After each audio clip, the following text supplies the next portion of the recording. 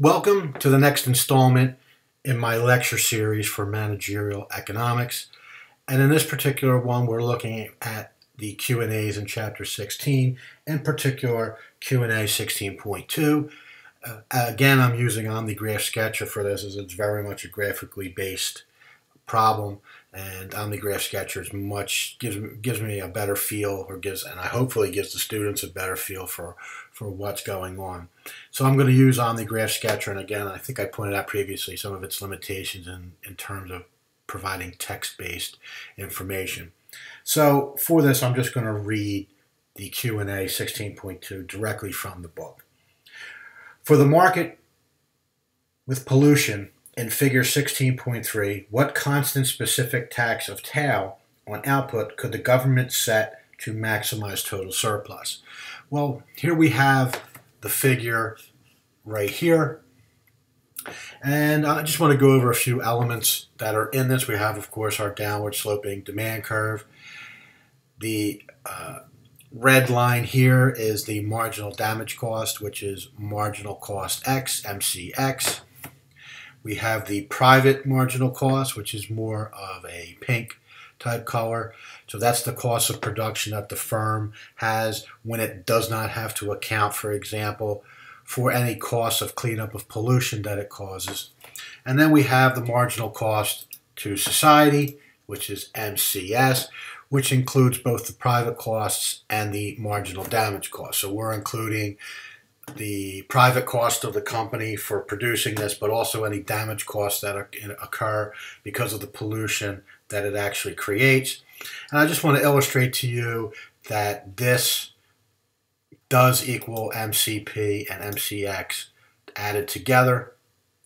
So if we look, you can see that MCS and the marginal cost of society and MCP are equal to one another when Q is equal to 0. When Q is equal to 0, the marginal damage costs are also equal to 0. And then if we take another point, we can see here that, for example, this here, marginal damage cost is 1, 2, 3, 4, 5, 6, 7, 8 points up along the x-axis, or the y-axis, I'm sorry. So if we add that onto my marginal private costs, or marginal private costs to the firm, the vertical distance should also be equal to 8. So we have 1, 2, 3, 4, 5, 6, 7, 8.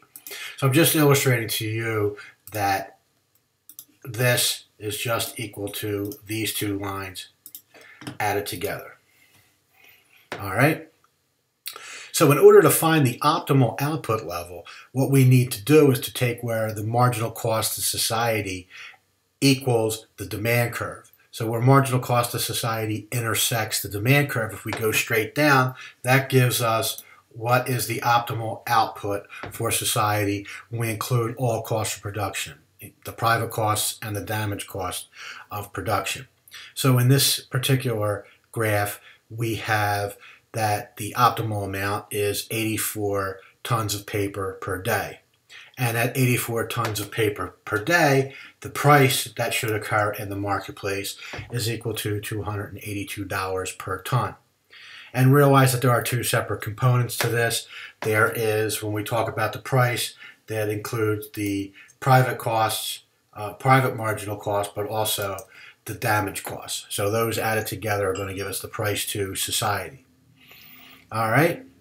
So we realize that, and we realize that this optimal level here, the optimal level of output, the marginal damage costs are $84. So we can use this information as a basis for determining what level of a tax, and we are actually going to institute a per unit or a specific tax that is equivalent to that $84. So the tax should equal the marginal damage costs at the optimal level of output for society. So if we move there, you can see that that's what we've done here. Here's the original private marginal costs, and we've added that tax of 84, which is exactly equal to the marginal damage costs. So in essence, what we've done is we've shifted the marginal private costs upward by the amount of that tax.